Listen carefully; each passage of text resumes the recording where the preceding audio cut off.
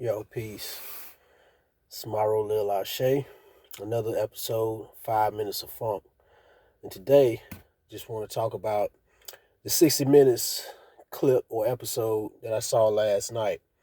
It was talking about Pathogen X.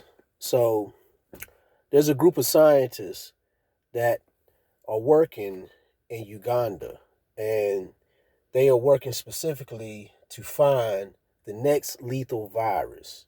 Now, they're doing the bulk of their research in the impenetrable forest, which is an area so dense and so dark at night that it's impassable. It's like not a place that someone not from that area would probably be okay in.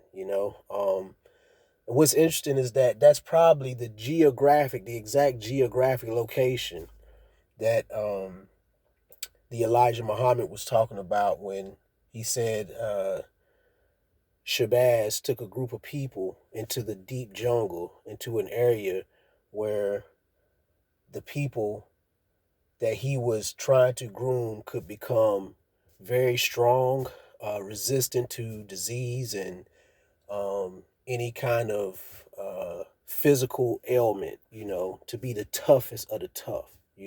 So our hair got kinky, we got very muscular and strong and, things of that nature. Now, that's one idea about what I'm, getting to here. So anyway, um, the thing about this episode on 60 Minutes that was troubling to me is that the scientists that they were interviewing, all of them were these white women, all right, with blonde hair and blue eyes. Now, I don't know if that is exactly who, those scientists are, the only scientists that are involved. I doubt that they are. Maybe that's who they chose out of the group of scientists to do the interview. But that really spoke to me. And one of the things that was said is that different strands of the Ebola virus come from animals, particularly monkeys. Okay, so they also focused the majority of their research into bat caves, which bats carry coronaviruses, and they are in these areas, using the people from Uganda to help them navigate the land. And also, there are Ugandan zoologists and scientists involved with all of this. But my point is that one of the things they were saying is that, the more people migrate or spread, especially in that region of Uganda, the closer contact they come with animals and the possibility of a virus going from animal to human.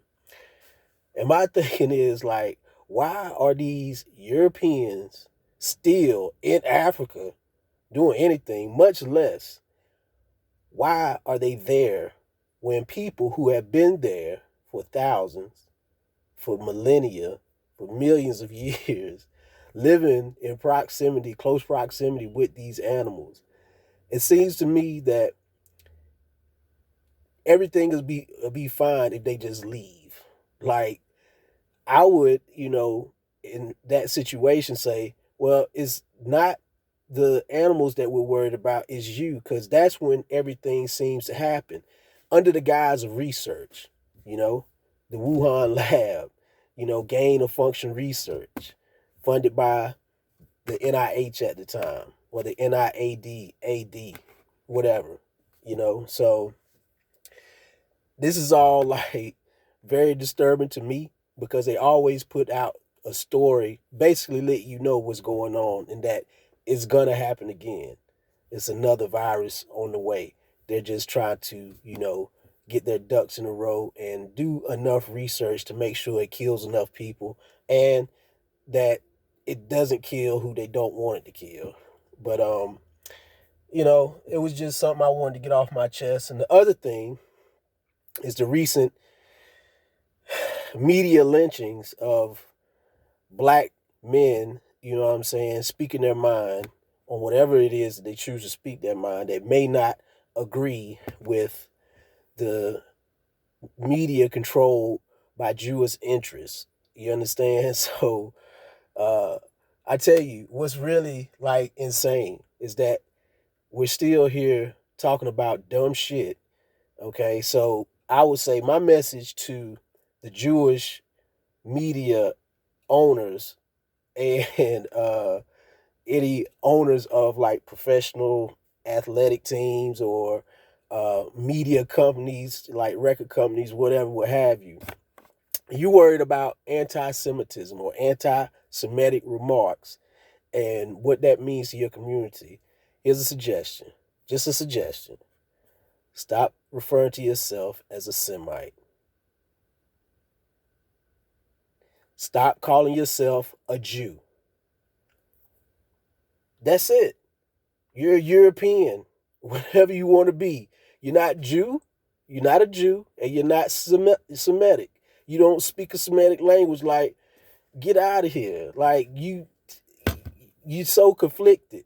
You want to be special and better than everybody else, but then you have a problem with somebody saying something, you know what I'm saying, that singles you out.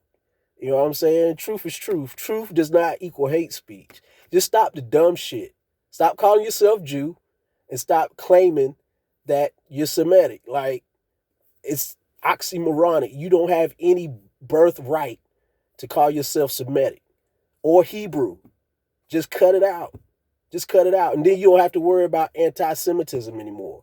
Just go away and do what you do behind the scenes and, with the banks or whatever, however much longer that's going to last for you, and be okay with it. Survive how you've been surviving. But it won't be off the backs of black people anymore. We know, we've been knowing. It's just now being pushed out in front by, other sources, not even our own, that want this to get up to the Jewish controlled media now because it's some conflict coming. And it ain't coming from black people. It ain't. It's some people behind the scenes that want the conflict to come between blacks and Jews. So it's enough distraction so they can really bust y'all ass. So you better get your shit together because it's not the enemy you see that's going to bust your ass. Believe me. Anyway, 5 minutes of funk. Myro Lil Ashe. Peace.